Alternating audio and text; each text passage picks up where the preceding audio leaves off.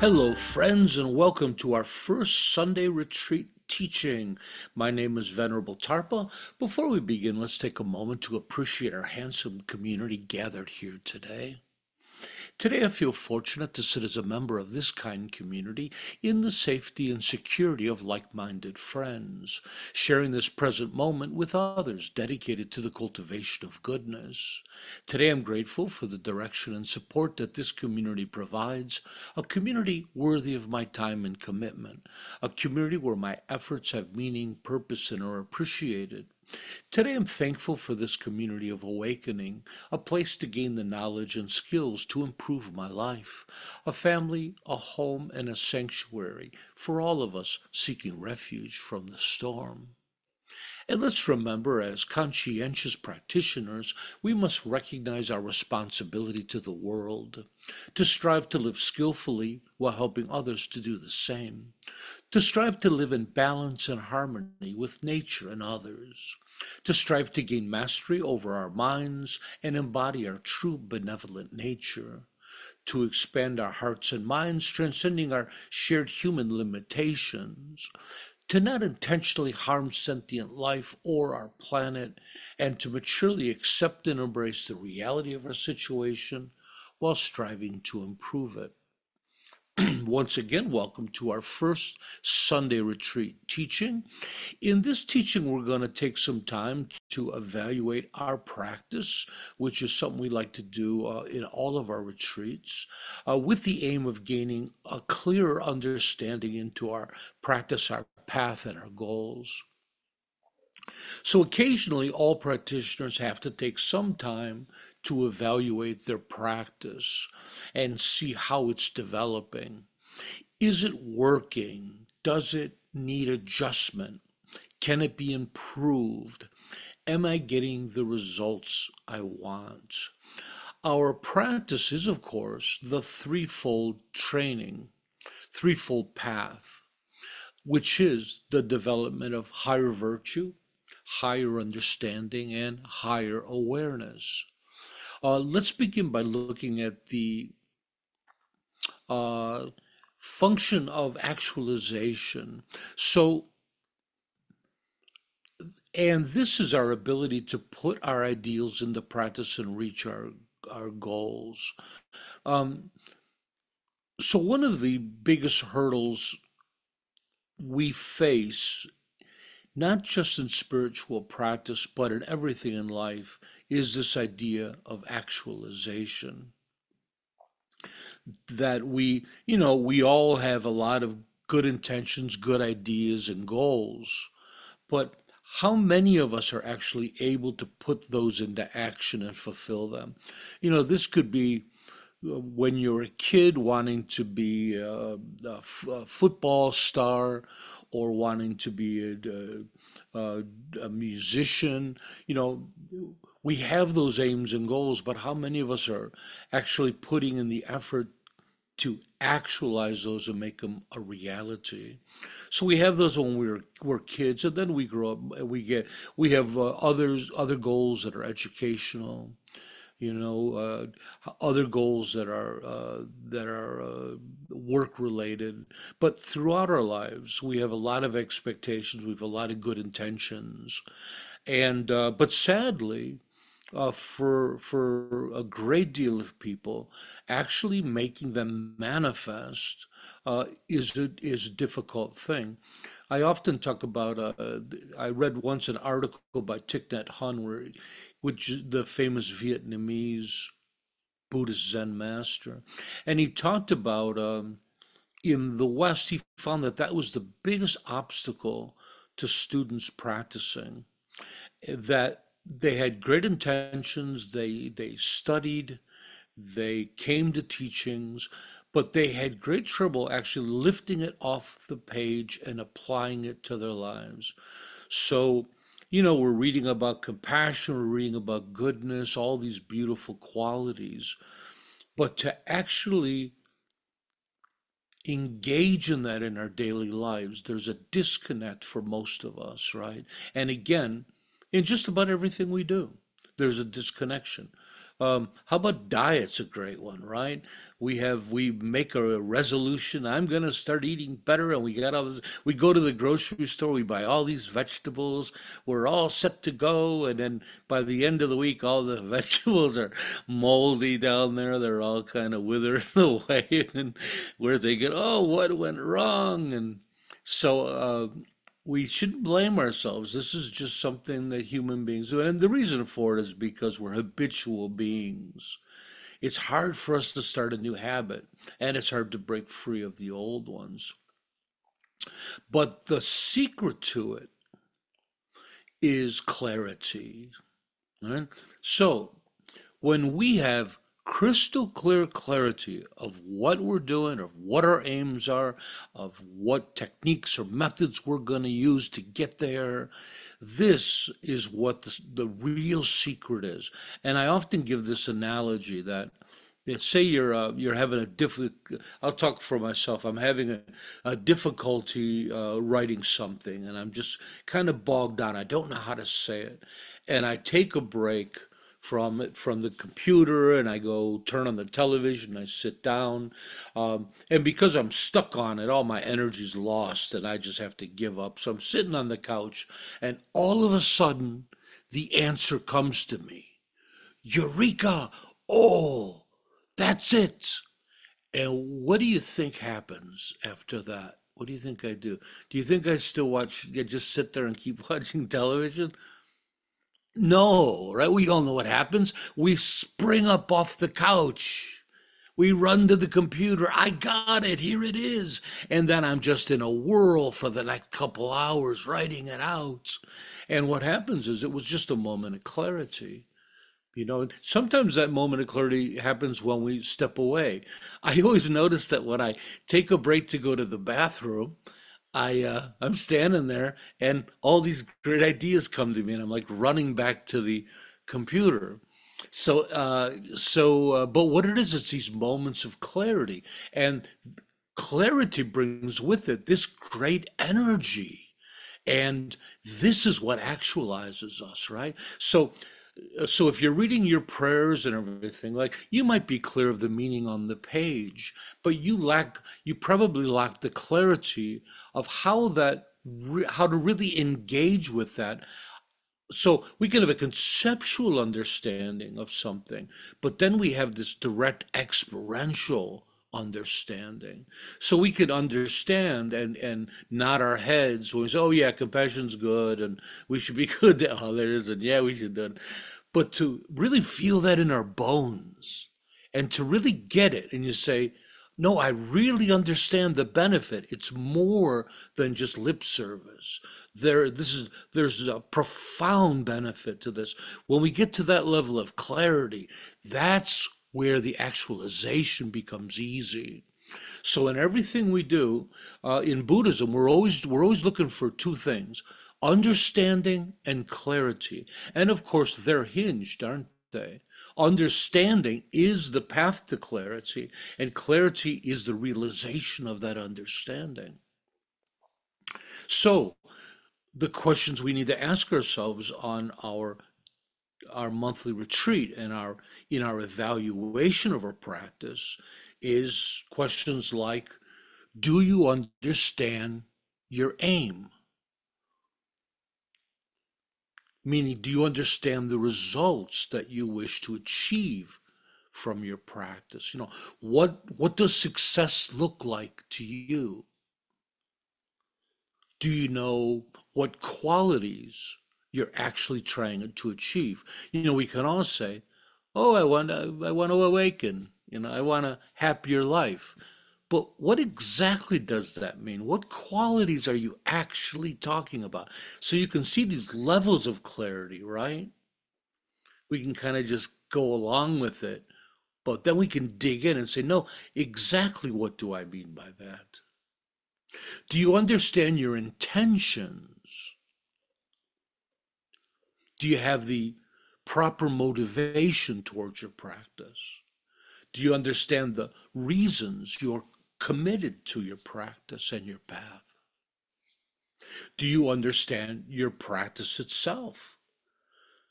Again, there's different levels of clarity.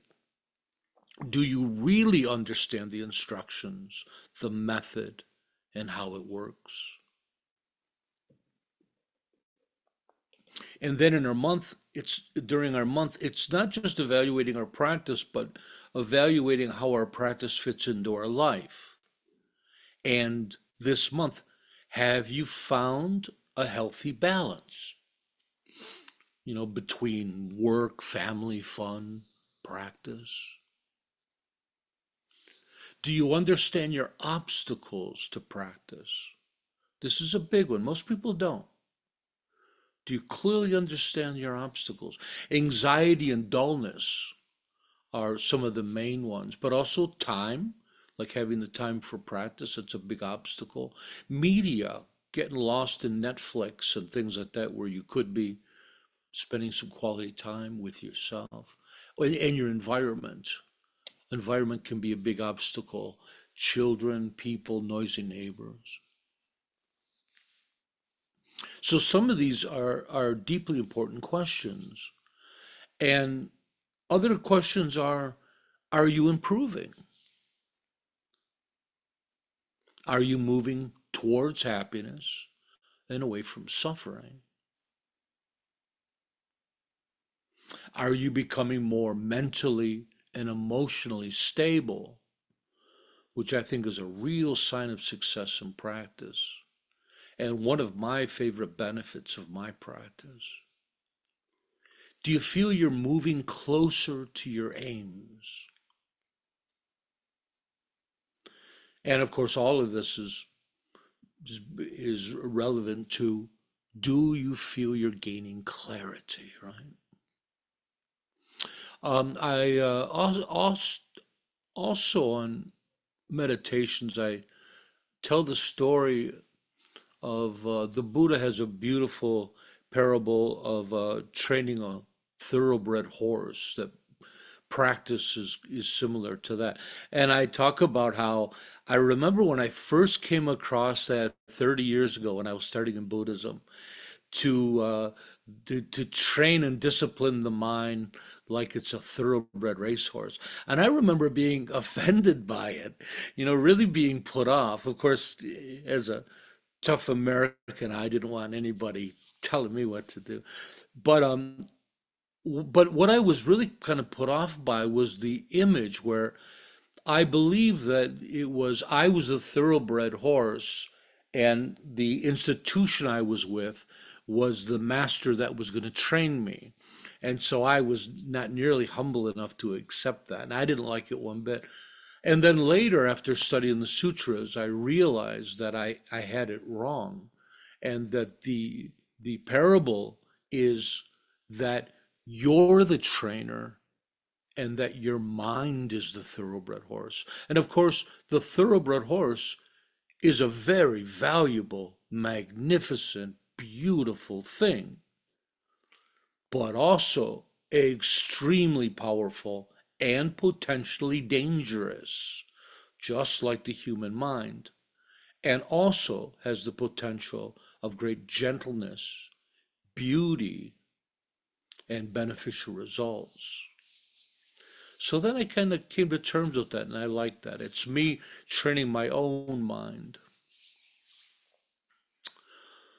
So we're going to do a visualization in a little bit, that we're going to work on this and helping to come to some clarity. But before that, I wanted to talk about something else. I wanted to talk about understanding the true aim of our practice. And of course, our practice is the threefold path. Whenever anybody asks you, what practices do you do? Or you don't say meditation, don't say mindfulness, because that's a small fraction of what we practice. The answer is the threefold path. The threefold path is the Buddhist path. There is no difference, right? And that's a path with that includes the development of higher virtue, higher understanding, and higher awareness. So people say, what is Buddhism? It's the development of higher virtue, higher understanding, and higher awareness, period. Short, sweet, clear. clarity, right? Developing a higher virtue, we do through cultivating the 10 virtuous actions. For those who hold vows, it's holding up your precepts.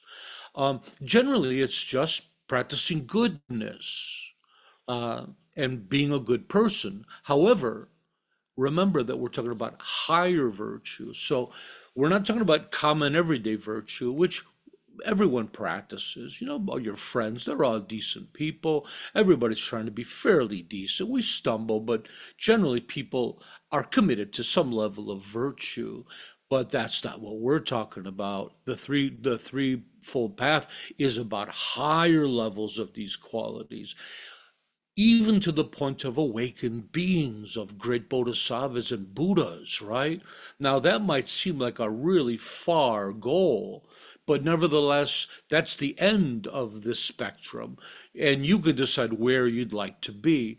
If you want to be just a little bit more virtuous than common virtue, that's fine. The point is that the higher of these levels that we aim for and we potentially attain, the greater our happiness. And then happiness is a spectrum from common happiness to great happiness, all the way to awakening, enlightenment. That's all the same spectrum. So then we have developing higher understanding. And we do this through the three great objectives of study, contemplation, and meditation. Remember, when we talk about study, we're not just talking about academic book study in the classroom and on the computer screen. We're also talking about an equally real life experience and introspection, right? Sitting at a coffee shop, having a cup of coffee, you can be in deep study of yourself and your mind and how you're dealing with the environment, right? We're always in a state of study and look at successes you had in certain behaviors, what's skillful, what's not. We can't understand life through a book. You know, the conceptual knowledge of book study, classroom study is vital. It helps, but it's only the beginning. We have to have that experiential knowledge as well. And then we have the development of higher awareness, which is usually we think of it as the cultivation and the practice of meditation and mindfulness. And this is the one I want to talk about today. Um, so, with each one of these three aspects of the threefold path. They're not just practices and attainments. There's also a wisdom that comes from each one of them. So now we can separate these so we can understand them and say there are three things. But in Buddhism, you have to remember that Buddhism doesn't naturally see separation in things at all. We do this to understand things. When Buddhism looks at the existence of a human being, we can separate mind, body, self. But Buddhism also talks about that ultimately they're not separate at all. Buddhism sees these things as kind of whole entities, interdependent, but nevertheless, we separate them to help us understand things. So when we talk about the threefold path, it's actually one thing we're talking about, but we're dividing it into three so we can understand three aspects of it. And this helps us to gain the single thing, which is, of course, is awakening. But each one of the three brings with it a distinct kind of wisdom, right? So you might think developing higher understanding, oh, that, we talk about that's the wisdom aspect of it. But guess what? They all have a wisdom aspect. We talk about developing higher awareness as the practice aspect, but guess what? All three have a practice aspect, right? So they're all the same like that. So, but each one has a wisdom. So when we talk about developing higher virtue, developing this profound sense of goodness, altruism, it's not just that it's a nice thing to do. It's not just that, well, if I'm nice to people, people will be nice to me and give me stuff and make my life better. There's a wisdom that comes when you open your heart and mind, a profound wisdom. Sometimes I think the greatest benefit of compassion is this wisdom that comes from it. I don't hear it talked about very much, but I understand it from my own practice that compassion brings with it an amazing level of clarity, wisdom and clarity. It's peripheral, it's expansive. Now, developing higher understanding, the second one. Now, that's what we're primarily talking about here, is developing wisdom. So that one's pretty clear. Generally, we're talking about the wisdom of understanding the Buddhist teachings, the Buddhist model of reality, our understanding of the true nature of ourselves and reality. But then development of higher awareness through meditation and mindfulness.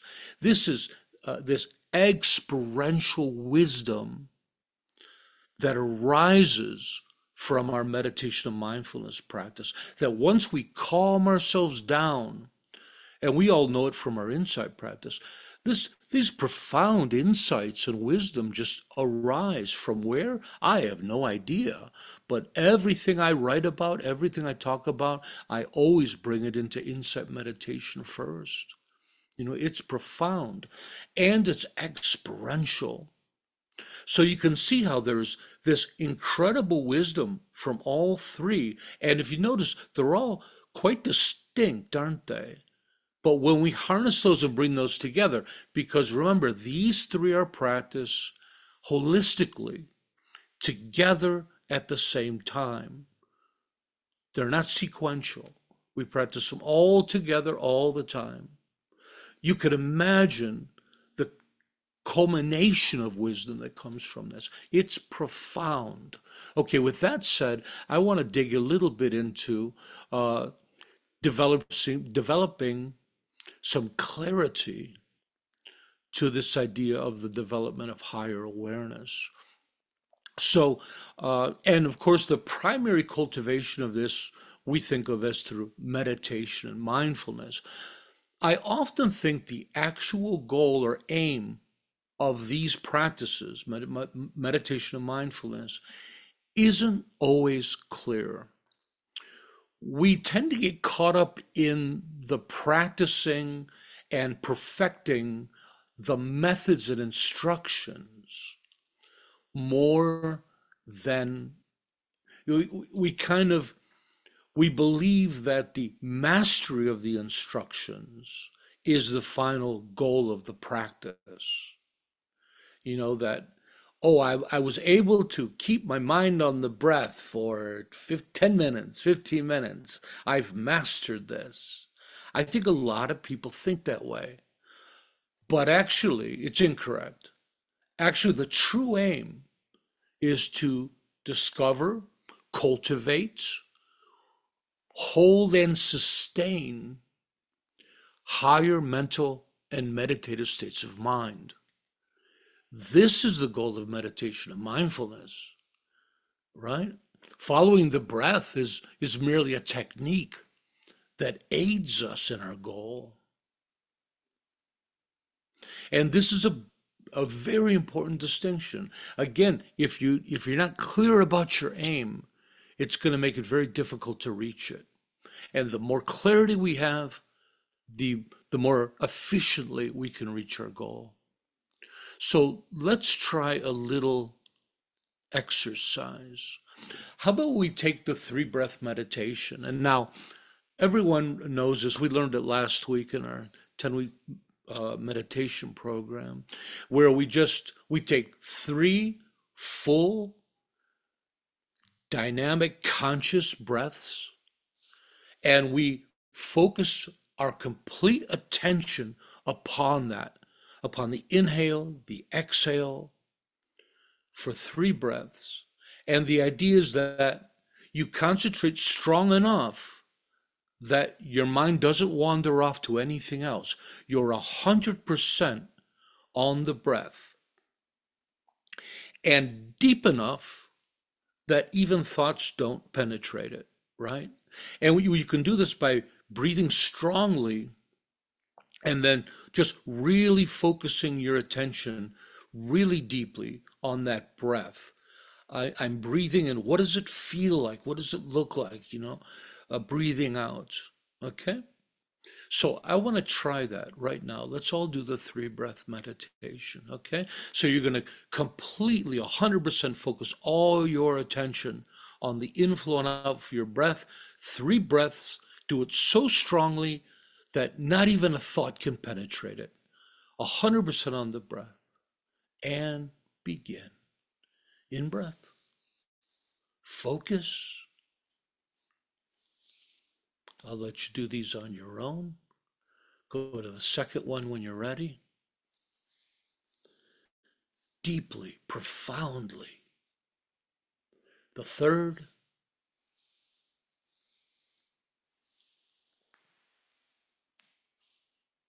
Wonderful. Now, when you're taking those three breath meditations, you're mentally present. When you focus to that degree on, especially on the body, your mind can't be anywhere else, right? You were focused, you weren't thinking about the future, you weren't thinking of the past, you were present. 100% present, right? And think about how rarely are we really present like that. Sometimes we are, like in dangerous situations, or if you're watching a scary movie and the bad guy's standing at the back window looking in, and we're just so frightened, man, you are 100% present at that moment, waiting for the monster to get you, right? So, but this is presence. I'm sorry, this is being present.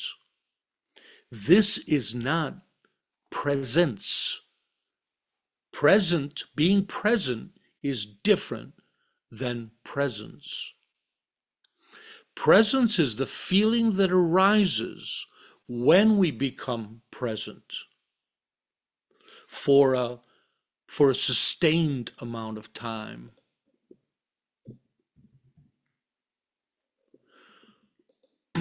So, I'm sorry, one second. So during that exercise, you were present, but what the goal is the experience of presence. Okay. Now I want to try the same meditation again. This time, let's do it a little longer. Let's do a 5 breath meditation. And again, 100% focused on on the breath. Don't let any thoughts come in. Don't get distracted. Keep yourself there. But this time, I want you to be aware of the feeling of presence that arises from being present. Okay? And begin. Your first breath. Focus. Your second, whenever you feel like it. And you can do the rest on your own. Your third, fourth, and fifth, whenever you get around to it. Really focus. Feel it. What does your mind feel like when you're present?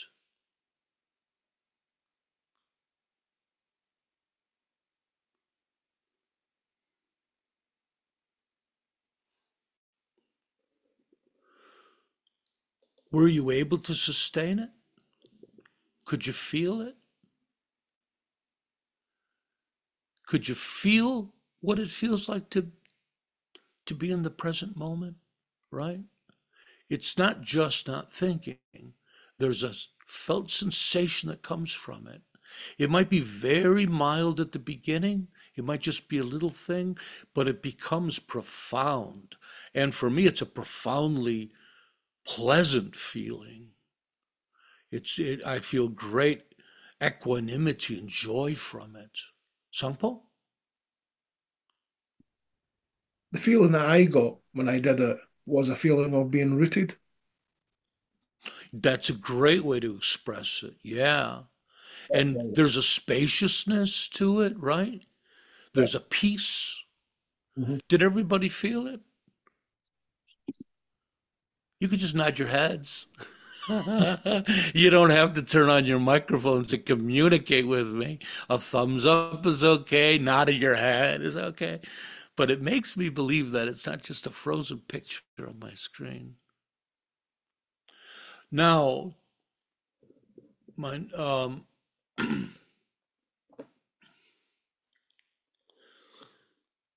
do you think you could generate that feeling without a technique, without focusing on the breath? Now, you remember that feeling? Oh no, no, Lebdron, there's no popping off. I'm teasing. Okay, go ahead. You're going to miss all the fun. So now think about and remember that feeling. Maybe you can still feel a little bit. Now, this time I want you to not follow the breath, just sit silently. But this time, see if you can create that, you can generate that feeling without a technique. Ready? Begin. Can you feel it? Can you increase it? Don't use a technique. Don't use, for me, it's so familiar. It's the easiest thing for me to generate it. Now let's see if we can sustain it. Can you hold it?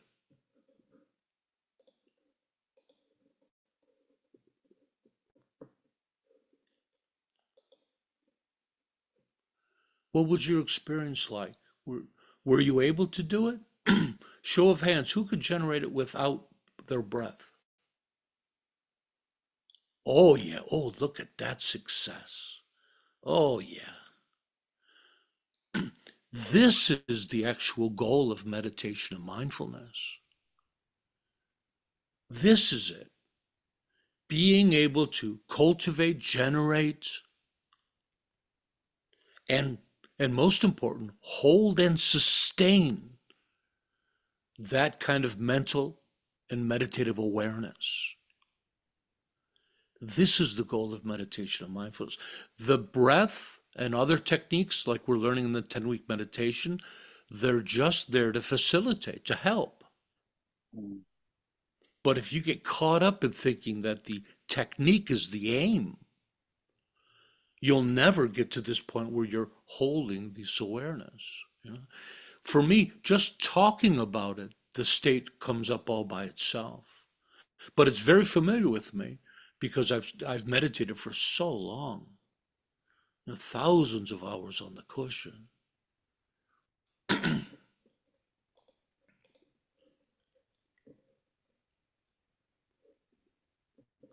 So, I have a question, if that's okay. please. How do you know? I mean, right now, I use that technique so often. How will I know actually when I can get in that space without, I mean, I'm breathing, so then I think, well, it's because I was focusing on my breath, that I got into that state. The only other time that I can tell that I get into that flow is when I'm painting or drawing. Okay, I wouldn't call it flow. I think these are very different things. Flow is when you lose your awareness into an activity. You're painting and the whole world disappears almost to the point where you're not aware. You're one with the activity. This is the exact opposite of that. This we're trying to become completely aware of the situation. So flow is much different. Flow is beautiful. I'm still not quite sure how flow fits into Buddhism. In the sutras, there's no mention of this idea of flow. Because again, Buddhism, we're trying to become more aware, you know? I was a musician, of course, I experienced flow. And though it feels meditative and all these things, it's different. But now, the answer to your question is if you're saying, well, when I breathe and I do this, I know that I'm present, Mm-hmm. but that's not presence. Presence is a felt experience, right? And how do you know? Unfortunately, it's something like being in love. How do you know you're in love?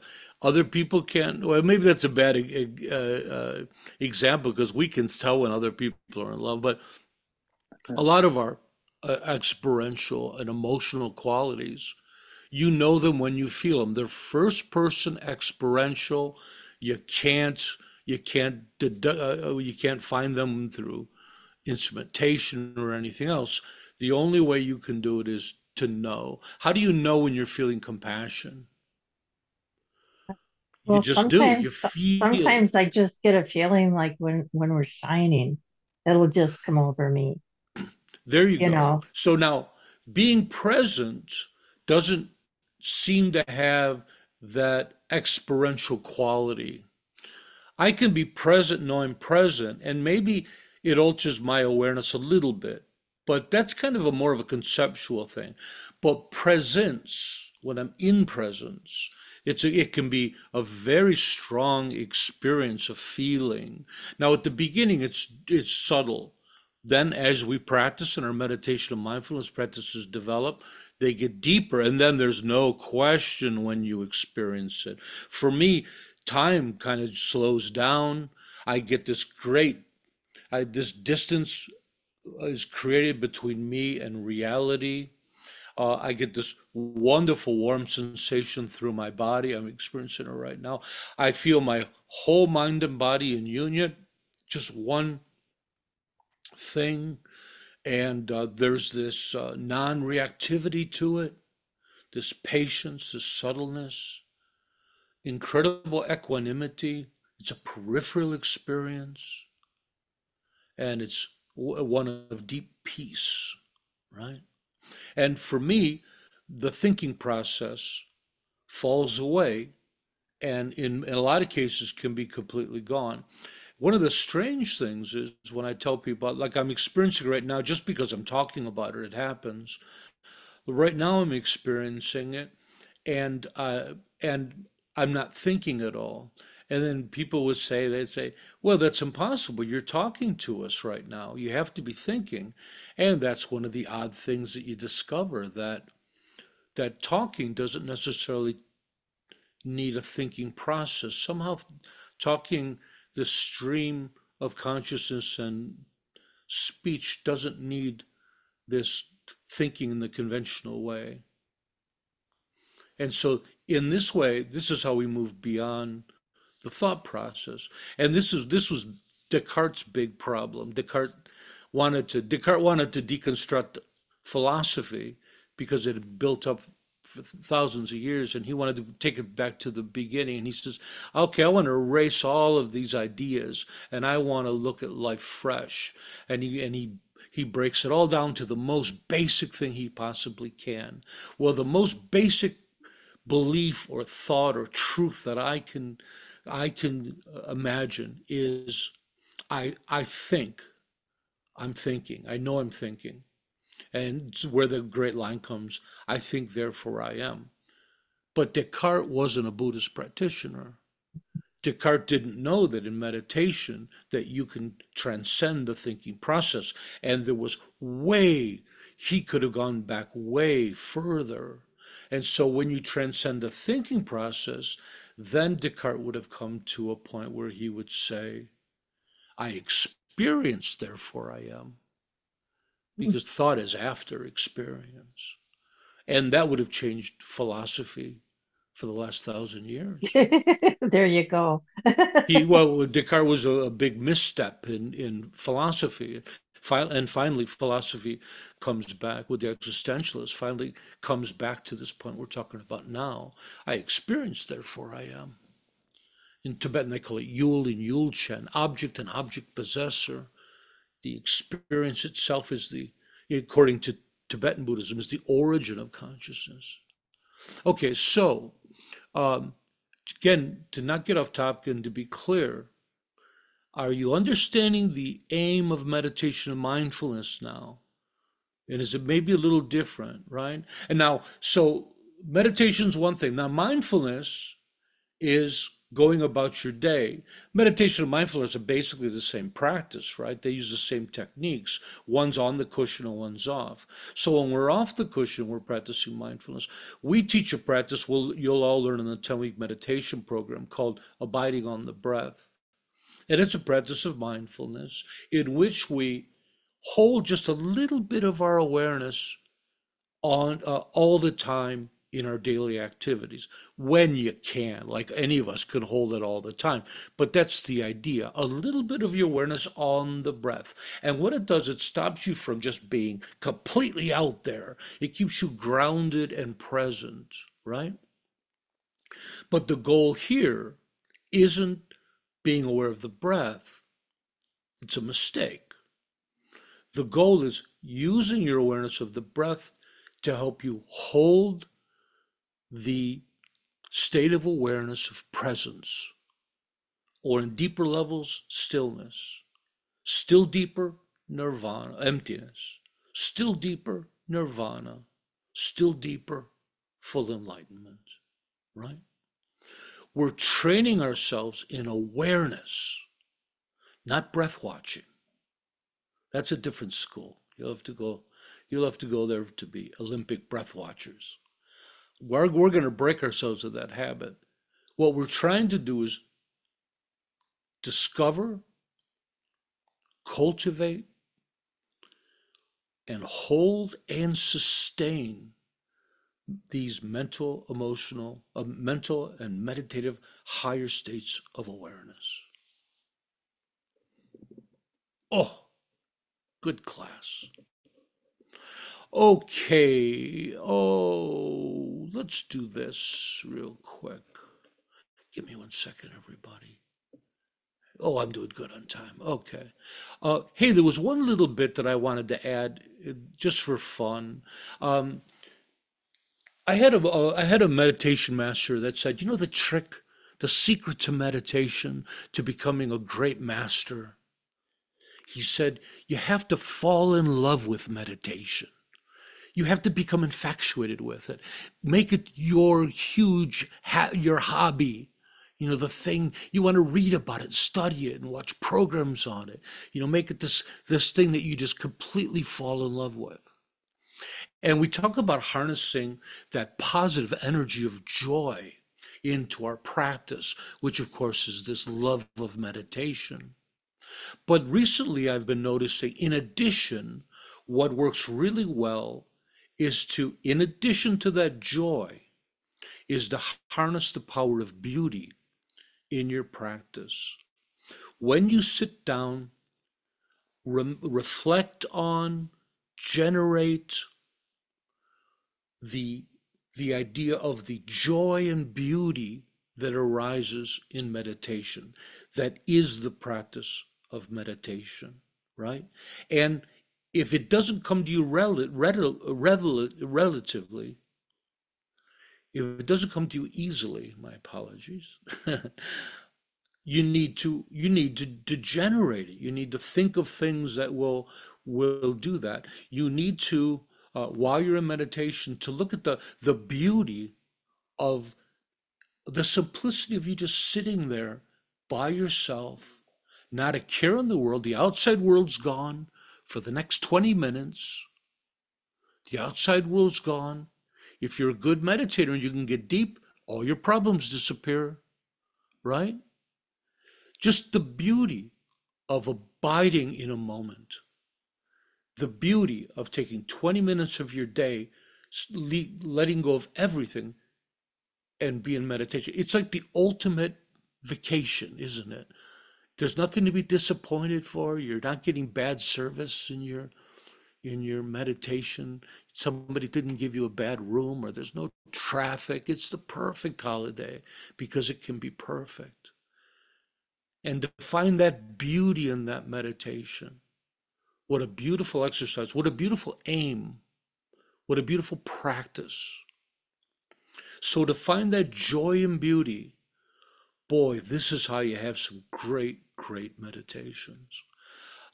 In today's meditations, I'd like you all to think about that and practice it. Let's practice that together. Karma, can you put my hand down? I can't seem to do it. I have my screen all messed up here. I just look, I'm giving a high five to everybody. Oh, I can do it. Where is it? Here it is. Thank you. Sorry, I'm trying to So, figure it out. technical wizards that we are. Okay, hey, let's get to our visualization. This is a visualization and or meditation that we do every month. It's a short thing, don't worry. And I hope that this brings great clarity to your understanding of your practice, your aims, and your attainments. So uh, let's begin by getting comfortable. Your hands can be placed on your thighs. Your eyes can be closed or half open. Begin to relax while breathing naturally through your nose. And how about we do a few minutes of calm abiding just to stabilize our minds a little bit? Focus on the breath, switch on and let go.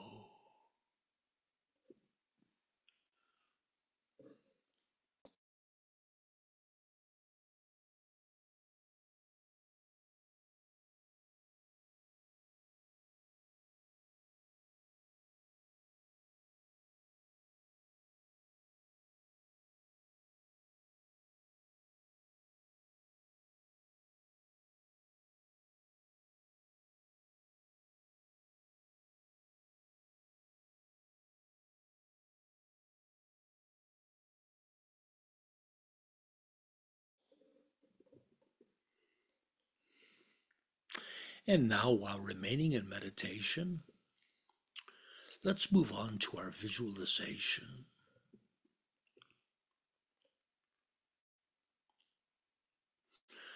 I want you to picture yourself in the future at the peak level of success of your practice, meaning all your spiritual aims have been achieved and you are now an awakened being.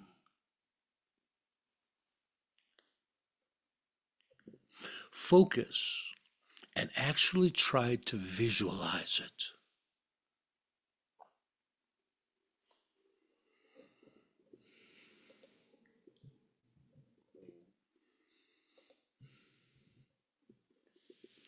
What do you look like?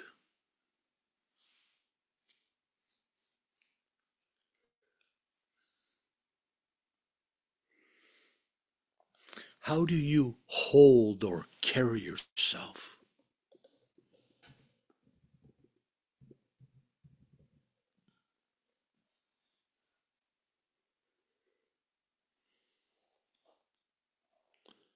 What qualities do you embody?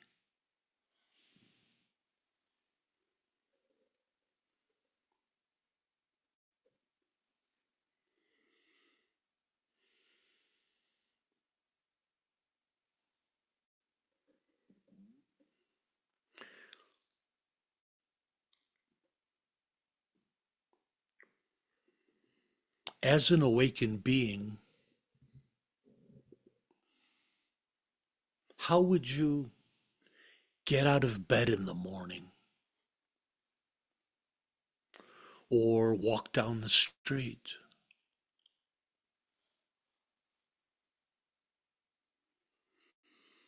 How would you eat your lunch?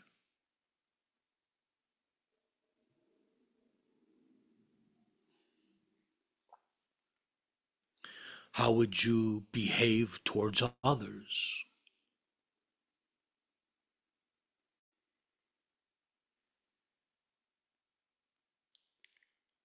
And how would others relate to you?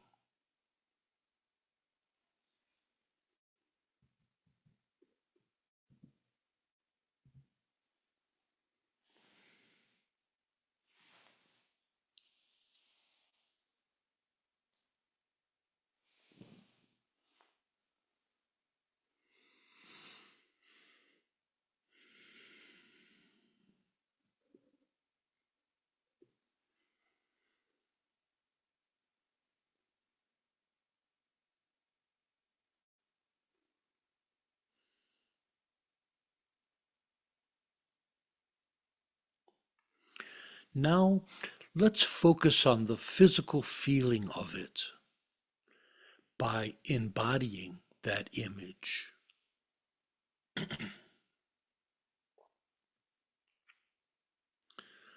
What does it feel like to be that awakened person?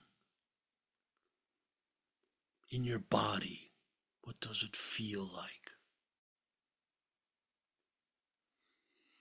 Try to feel it deeply at your very core.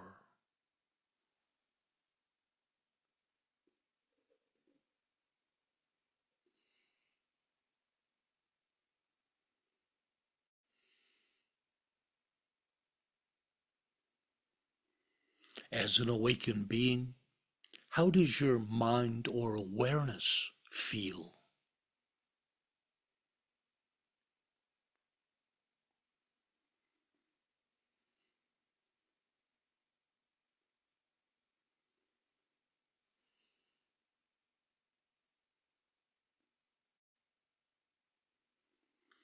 How do you feel about your life and existence?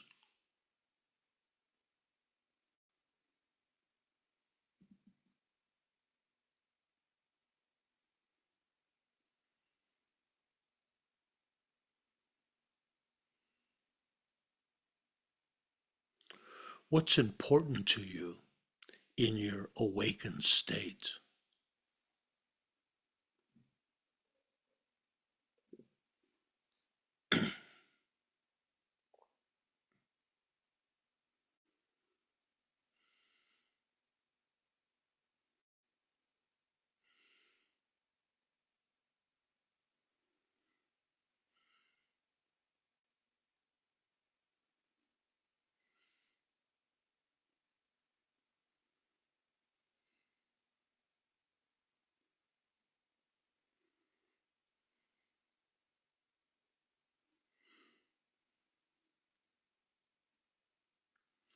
Now, I want you to look at the distance between your everyday state of being and this peak awakened state you're imagining.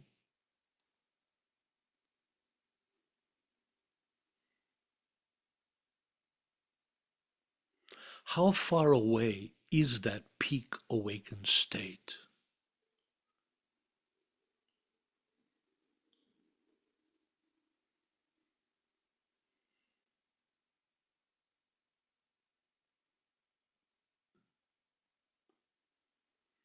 What would you need to do to reach it?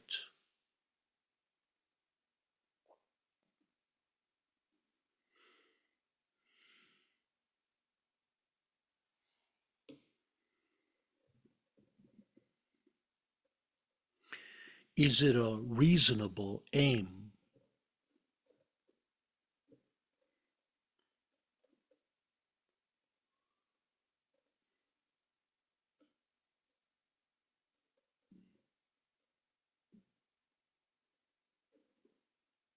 What's preventing you from really applying yourself towards that goal and becoming that awakened being?